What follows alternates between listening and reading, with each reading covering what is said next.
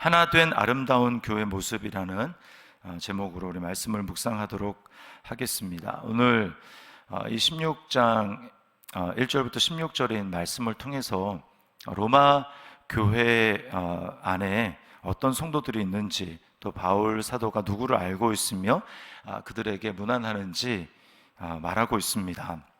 그리고 교회가 어떤 모습이어야 하는지를 또 보여주고 있습니다. 자, 먼저 이 로마 교회 구성원이 아니고 이제 1절에 보면 겐그레아 교회 일꾼으로 있는 우리 자매 베베를 너희에게 추천하노니, 이렇게 이야기를 합니다. 이 겐그레아는 고린도 지역이에요. 그러니까 이제 아가야 지역인데, 바울 사도가 이 로마서를 쓸 때 이제 고린도에 있었다고 하지 않습니까? 그러니까 이제 지금 고린도에서 바울 사도가 로마서를 쓰고 있는데, 그 편지를 이제 아무래도 그 고린도 교회 성도 누구에게 보내서 로마 교회로 보내겠죠. 그 당시에는 직접 가야 되니까. 그래서 이제 아가야 지역에, 특별히 겐그레아 교회에 집사로 있었던 이 베베 자매를 이제 바울 사도가 보내고 있는 것입니다. 그래서 이제 보낼 테니까 이 자매가 너희한테 가면 이렇게 잘 도와주고 잘 이렇게 환영하면 좋겠다라고 이야기를 합니다. 자, 이 고린도가 아니고 이제 로마 교회의 여러 이제 다양한 구성원들을 보게 되는데요. 먼저 이제 로마 교회는 유대인과 이방인들이 있었습니다. 자, 아마 이방인들이 더 많기는 했겠죠. 그러나 유대인들도 있었습니다. 이제 잘 보여주는 게 바로 이 3절에 보면 브리스가와 아굴라가 나옵니다. 브리스가와 아굴라, 이 사람들은 유대인입니다. 유대인, 로마에 살았던 유대인인데 이제 황제가 로마에서 사람들을 이제 쫓아내었기 때문에 와서 이제 고린도에서 바울 사도를 만나고, 그래서 함께 사역을 감당했었죠. 이들은 유대인입니다. 또 7절에 보면 내 친척이요 나와 함께 갇혔던 안드로니고와 유니아, 이렇게 친척, 바울의 친척이면 바울은 유대인 아닙니까? 그러니까 이제 유대인들입니다. 또 11절에 보면 내 친척 헤로디온, 이렇게 이야기를 합니다. 자, 그런가 하면 유대인 아니고 이제 출신이 또 구레네 사람들도 있습니다. 13절에 보면은 주 안에서 택하심을 입은 루포와 그의 어머니에게 문안하라, 이렇게 나와 있어요.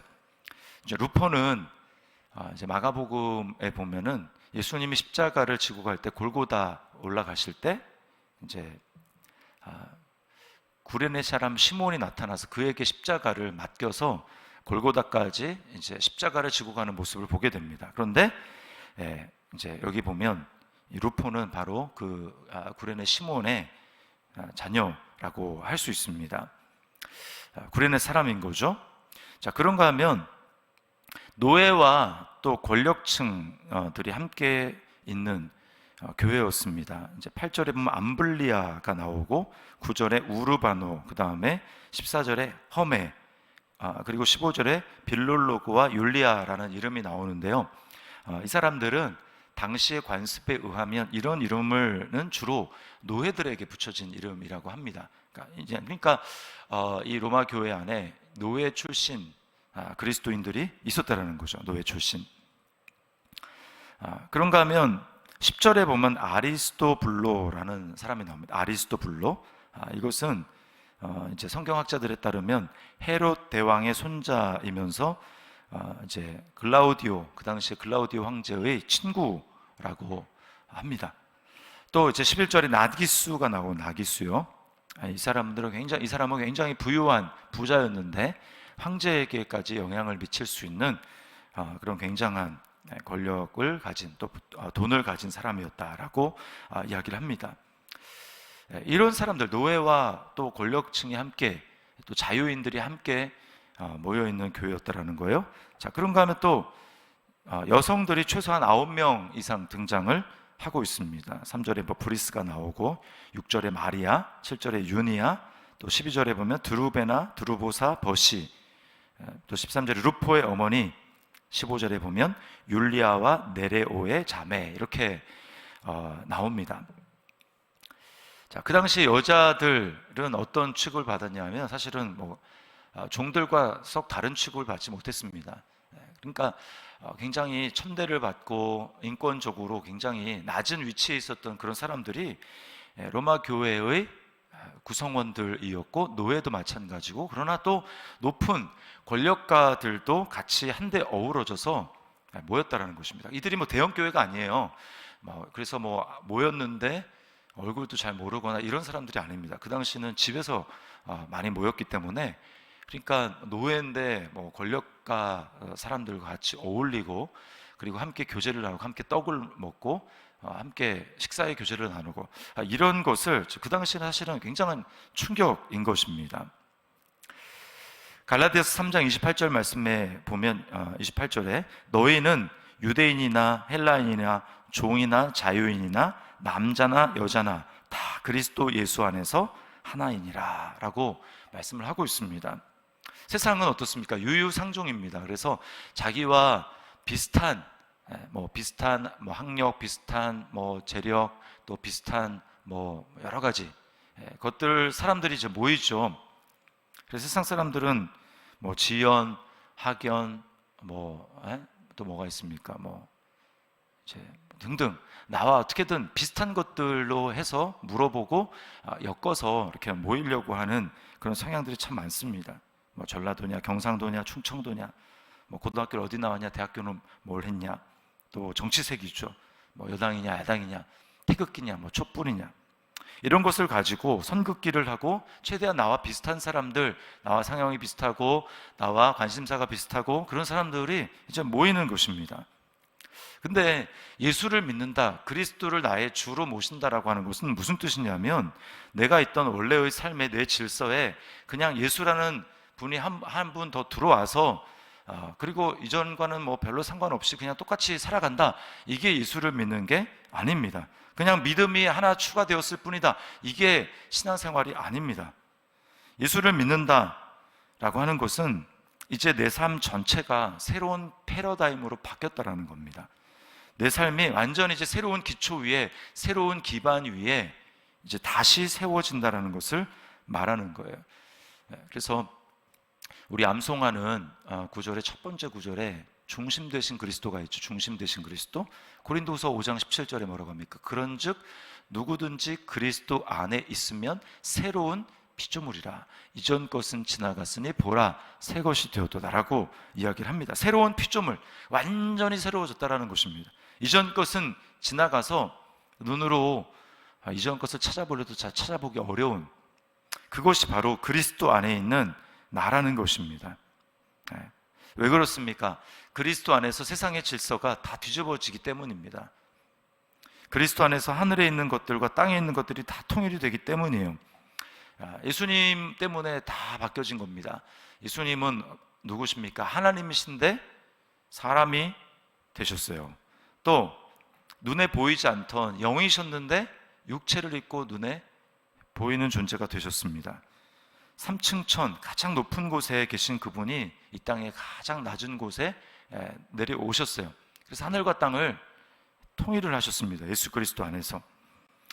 그러므로 이제 그리스도 안에 있는 자들은 하나님 나라의 새로운 질서에 편입이 되어서 하나님 나라의 새로운 질서 가운데 살아가는 사람이라는 거예요.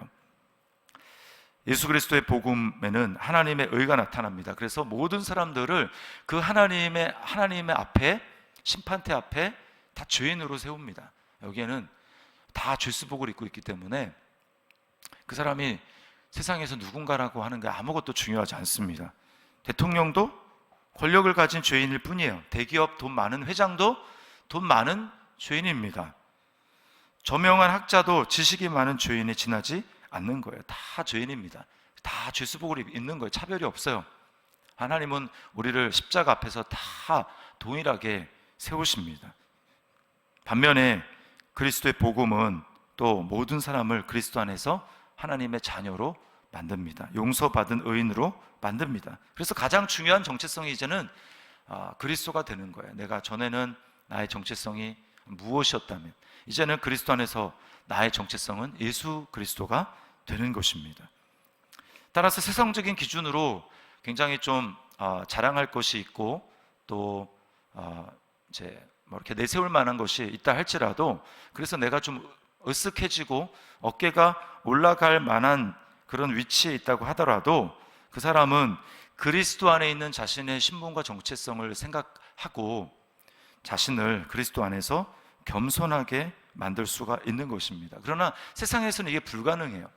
세상에서는 이게 불가능합니다. 그러나 내가 그리스도를 정체성으로 삼을 때, 내가 세상에서는 어떤 존재를 할지라도 그리스도 안에서는 나는 그리스도가 나의 전부시고, 그러므로 높으신 그분 앞에 나는 겸손해야 된다라는 그런 겸손의 정체성을 가질 수 있습니다. 반면에 세상적인 기준으로 아무것도 내세울 것이 없는 사람, 그래서 자존심도 뭐 자긍심도 별로 없고 자존감도 낮은 그런 사람들은 반대로 어떻습니까? 반대로 오히려 내가 그리스도 안에서 나는 뭐 세상을 다 가진 존재다, 나는 그리스도 안에서 하나님이 나를 가장 사랑하시고 나를 용서하시고 나를 용납하신다 라고 하는 그 믿음을 가지고, 세상에서 그 믿음을 가지고 당당하게 자신을 드러낼 수 있어야 하는 것입니다. 어떠한 것도 나를 주눅들게 할 수 없는 거예요. 자, 이런 존재들이 모여서 교회를 이루었다면 그 다음에 우리가 힘써야 될 일은 무엇일까요? 우리는 세상의 질서를 가지고 와서 사람들을 그 세상의 안경을 가지고 바라보면서 저 사람은 저러니까 나는 가까이 갈 수 없어 라고 하는 것이 아닙니다. 또 나는 이런 기질을 가지고 나는 이런 존재인데 저 사람이랑 나는 안 돼 라고 하면서 선을 긋고 하는 것이 아니라, 우리가 믿음을 가지고 애를 써야 합니다. 나랑 정말 기질이 다르고 나랑 정말 가까워지기 힘든 사람이지만, 그러나 그리스도 안에서 내가 믿음을 가지고 적용하게 될 때, 믿음을 가지고 내가 살아가게 될 때 내 모습이 점점 바뀌면서, 나는 원래 그런 사람이 아니었지만 이제는 점점 그리스도 안에서 하나가 되어가는 그런 모습을 우리가 가져가야 한다는 것입니다. 이게 성숙이에요. 이게 성장인 것입니다. 성장은 뭐 기도를 많이 하거나 성경을 많이 읽는 게 아니고, 결국은 내가 그리스도 안에 있는 정체성을 가지고 어떻게 삶의 모습이 관계 속에서 또 세상을 바라보는 나의 시각과 가치관에서 점점 이전과 달라지고 있는가, 그게 성장이라는 것입니다. 교회는 이런 모습을 보여야 돼요. 완전하진 않지만 그러나 예수님을 믿는 그 정체성을 가지고 점점 예수님을 닮아가는 것이죠. 자, 적용해 보겠습니다. 질문을 나에게 던져 보겠습니다. 자, 먼저 나는 그리스도가 내 삶의 가장 중요한 정체성 그리고 신분입니까? 그리스도 안에 있는 교회이기에 세상적인 질서, 지연, 혈연, 학연, 정치색 등을 뛰어넘어 서로의 다양성을 받아들이며 교제하고 있습니까? 또 그리스도 안에서 다양성을 품으며 하나 되기 위해 힘쓰고 있습니까? 오늘 이 로마 교회의 모습, 바울 사도가 무난하라 라고 하는 그 모습을 보면서 우리는 하나된 아름다운 교회 모습을 보게 되는데, 우리가 다락방 안에서 또 다락방을 더 넓혀서 우리 더시티 사랑의 교회 안에 이러한 나의 나됨을 초월하는 그리스도 안에서 하나된 교회 모습을 이루어가는 그러한 아름다운 성장과 성숙이 일어나는 성도 또 교회 될 수 있기를, 그래서 우리를 통해 주님이 기뻐하시고 주님의 영광이 드러나는 그런 모습으로 살아갈 수 있기를 주님의 이름으로 축원합니다.